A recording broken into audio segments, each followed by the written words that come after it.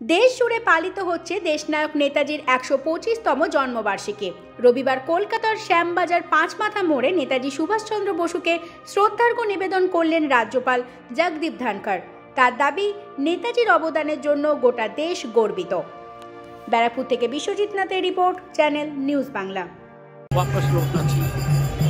भारत का संविधान इस बात को बर्दाश्त नहीं करता है कि कोई भी व्यक्ति भारत की संविधान की मर्यादा का उल्लंघन करे।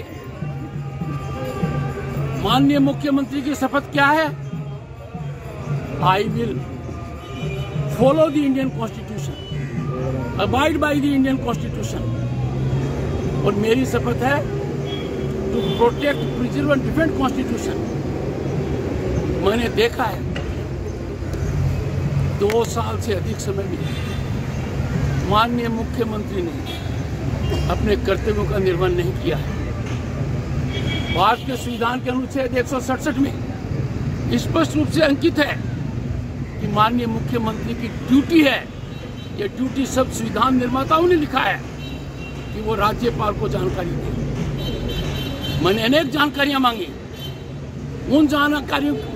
उन विषयों के बारे में जानकारी मांगी जिसको लोगों ने तथाकथित घोटाले कहे हैं।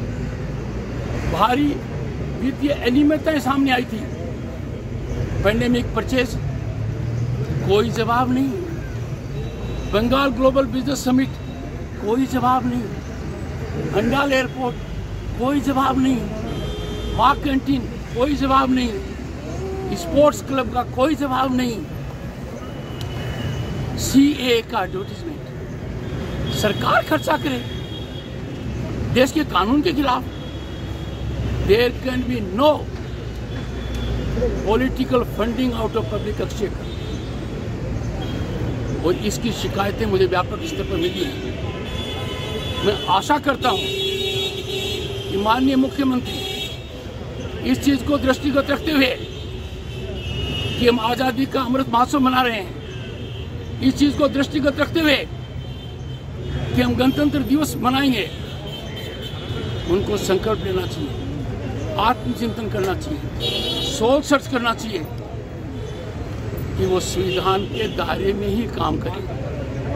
मैं राज्य का प्रथम सेवक होने के नाते मेरा प्रयास है कि बेरोजगारी खत्म करने के लिए, राज्य में निवेश बढ़ाने के लिए, नवयुवकों के हित को ध्यान में रखने के लिए ज्यादा से ज्यादा लोग आए और यहाँ निवेश करें।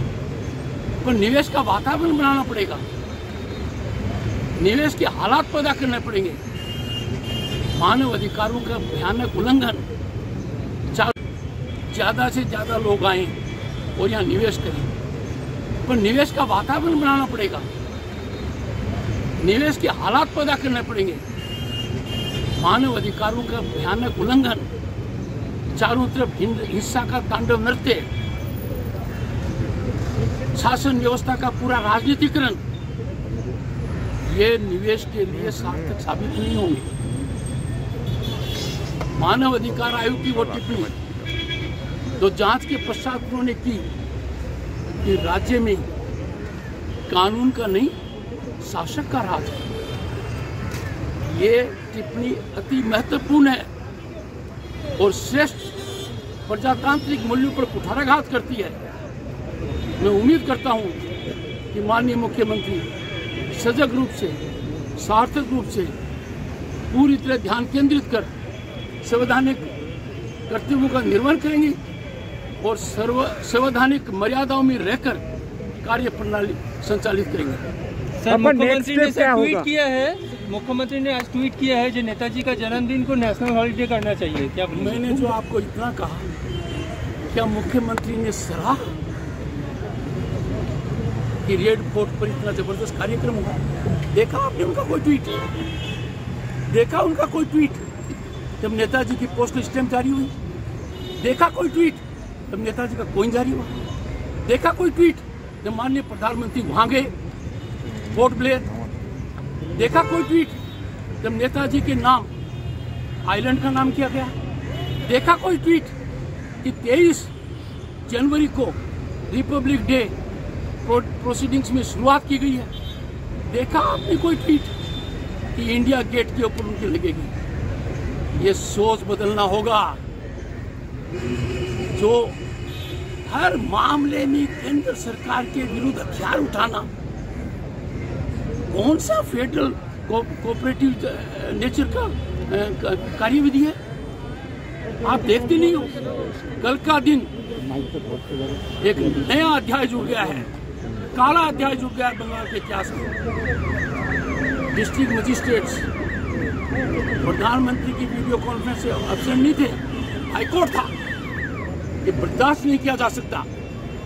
उसके पहले का घटनाक्रम भी आप जानते हैं। मैं रोज देखता हूं, रोज खून की घूंट पीता हूं, प्रयास कर रहा हूं, लगातार प्रयास कर रहा हूं, पर बर्दाश्त की भी एक सीमा है। प्रधानमंत्री की वीडियो कॉन्फ्रेंस से अफसर नहीं थे, हाईकोर्ट था। ये बर्दाश्त नहीं किया जा सकता। उसके पहले का घटनाक्रम भी आप जानते हैं। मैं रोज देखता हूं, रोज खून की घूंट पीता हूं, प्रयास कर रहा हूं, लगातार प्रयास कर रहा हूं, पर बर्दाश्त की भी एक सीमा है। जिस पद पर मैं हूं, जो दायित्व मेरा है भारत के संविधान को प्रिजर्व, प्रोटेक्ट, डिफेंड करना, उसमें कोई कोताही नहीं होगी। ये मैं चेतावनी नहीं, आग्रह के रूप में कह रहा हूं।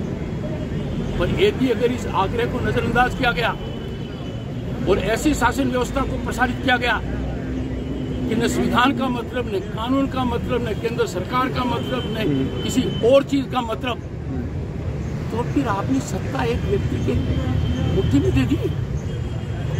इसको कहते हैं डेस्पोटिक गवर्नेंस। इसको कहते हैं governance not according to law, governance not according to constitution. इसीलिए राष्ट्रीय मानव आयोग का, मानव अधिकार आयोग का टिप्पणी, यहाँ राज किसका है? कानून का नहीं, शासक का है। ये बदलना पड़ेगा। मैं आप लोगों से भी आग्रह, आप लोग चिंतन कीजिए, सोच, आप लोग फोर्थ स्टेट आपने बड़ा निराश किया। एक सवाल है, बयान सुनने से पहले कभी कोई मुद्दा उठाया आपने? 2 बार राज्यपाल गया विधानसभा, दोनों बार ब्लैकआउट हुआ, उठाया आपने? जरूर। क्या उनसे प्रश्न पूछ सकते हैं जो मुझसे पूछ रहे हैं? प्रश्न मत पूछिए, आत्मचिंतन कीजिए। क्या फोर्थ स्टेट अपना दायित्व निभा रहा है? कहां गया था फोर्थ स्टेट? जब चुनाव के पश्चात हिंसा होकर हम पूरे दुनिया में कलंकित हुए, हम सब शर्मसार हुए। कितनी व्यापक आगजनी थी, लूट थी, बलात्कार था, हत्या थी। बोले? पूछिए, आपका प्रश्न क्या है? एक ही सवाल है, इतना सारा जवाब आपने मांगा लेकिन कोई जवाब नहीं मिला। आपने खुद बताया नेक्स्ट स्टेप क्या होगा, नेक्स्ट स्टेप क्या आपने क्या किया उस पर? सवाल पूछा, बहुत सवाल पूछा। किसको पूछा? बहुत सवाल पूछा। किसको पूछा? मुख्यमंत्री को पूछा? कभी मत पूछना, आपके लिए बहुत खतरनाक मामला हो सकता है। भारत के यशस्वी प्रधानमंत्री नरेंद्र मोदी जी ने जब इस घटना के 75 वर्ष पूरे हुए, लाल किले के ऊपर आयोजन कराया,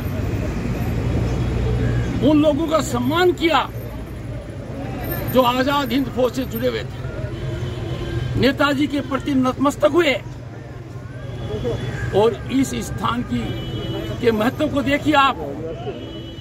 जिस रेड फोर्ट में आजाद हिंद फौज के लोगों की ट्रायल हुई थी, वहीं भारत सरकार और प्रधानमंत्री नरेंद्र मोदी जी ने उनका सम्मान किया।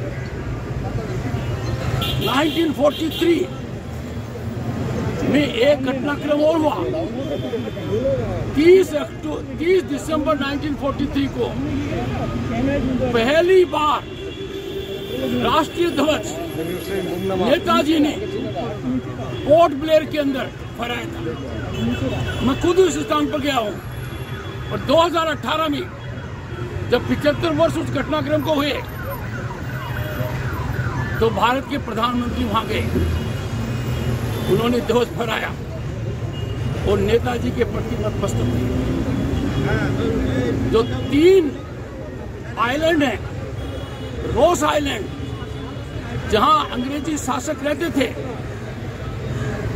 उसका नाम बदला गया, उसको नेताजी सुभाष द्वीप कहा गया है। नील आइलैंड है, उसका भी नाम बदला गया शहीद द्वीप, और हैवलॉक आइलैंड का भी नाम बदला गया स्वराज द्वीप। 2021 में कलकत्ता वो स्थान बना जहां पर भारत के प्रधानमंत्री ने आकर विक्टोरिया मेमोरियल में पराक्रम दिवस की घोषणा की। हर वर्ष नेताजी की जयंती राष्ट्र पराक्रम दिवस के रूप में मनाता आ रहा है, और इस वर्ष का घटनाक्रम आप और हम सब के दिल को छूने वाला है। हमारा राष्ट्रीय पर्व है गणतंत्र दिवस, जो आजादी के बाद से 1952 से 24 जनवरी को शुरुआत होती थी। इसमें बदलाव किया गया, बड़ा बदलाव किया गया, बड़ा बदलाव किया गया, सार्थक बदलाव किया गया, और नेताजी की जयंती को सम्मिलित कर 23 जनवरी को इसकी शुरुआत की गई। ये बहुत महत्वपूर्ण है। आजादी के अमृत महोत्सव का यही निचोड़ है, यही ज्ञान है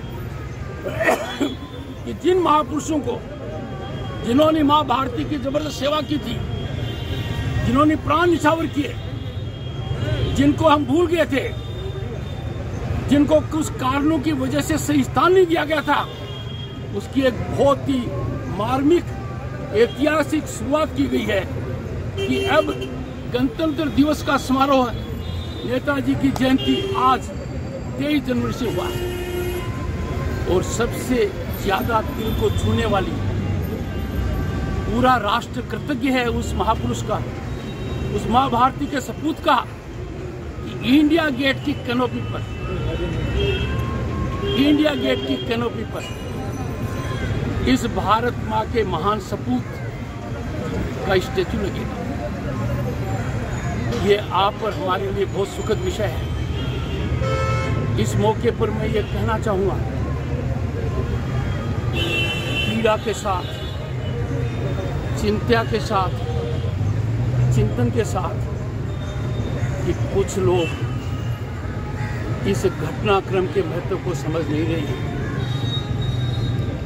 उनकी सोच में एक खराश है, ये उचित नहीं है।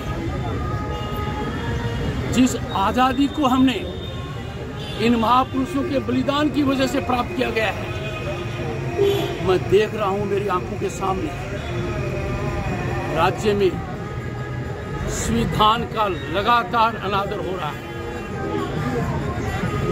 संवैधानिक मर्यादा से दूर हटकर शासन काम कर रहा है। ये उम्मीद नहीं की जाती। मैं आग्रह करूंगा अधिकारीगण से, शासन में बैठे नेताओं से और मुख्यमंत्री से कि गणतंत्र दिवस की भावना के अनुरूप, अपने शपथ के अनुरूप वो अपनी कार्यशैली को भारत के संविधान के अंदर, जो वो बहुत दूर भटक गई हैं संविधान की शासन व्यवस्था से, कानून की शासन व्यवस्था से, उनको तुरंत वापस लौटना चाहिए। आपने क्या किया होगा? नेक्स्ट स्टेप क्या? आपने क्या किया उस पर? सवाल पूछा, बहुत सवाल पूछा। किसको पूछा? बहुत सवाल पूछा। किसको पूछा? मुख्यमंत्री को पूछा? कभी मत पूछना, आपके लिए बहुत खतरनाक मामला हो सकता है। सोचिए। कुछ नहीं होगा सर, सवाल सोचिए, सोचिए। एक बार नहीं पूछा, मैं बहुत ध्यान से देखता हूँ। मैं मीडिया से बड़ी भारी अपेक्षा रखता हूँ। 4th स्टेट है, अफ्रीका के कई देशों में मीडिया की वजह से प्रजातंत्र आया है। आप प्रजातंत्र को क्यों बंगाल में धकेलना चाहते हैं? मैं मानकर चलता हूँ आप मुख्यमंत्री को ईमेल करेंगे, SMS करेंगे और कठिन प्रश्न पूछिए कि 2 साल से अब तक आपने आर्टिकल 167 के तहत राज्यपाल को जानकारी क्यों नहीं दी? उनसे प्रश्न पूछिए, किस कानून के तहत राज्यपाल की बिना मंजूरी के एक के बाद एक वाइस चांसलर आप लगा रहे हैं? पूछिए क्यों उन घोटालों की जानकारी राज्यपाल को नहीं दे रही हैं जिनकी आपने जांच कराई थी? फायदा किसको मिल रहा है?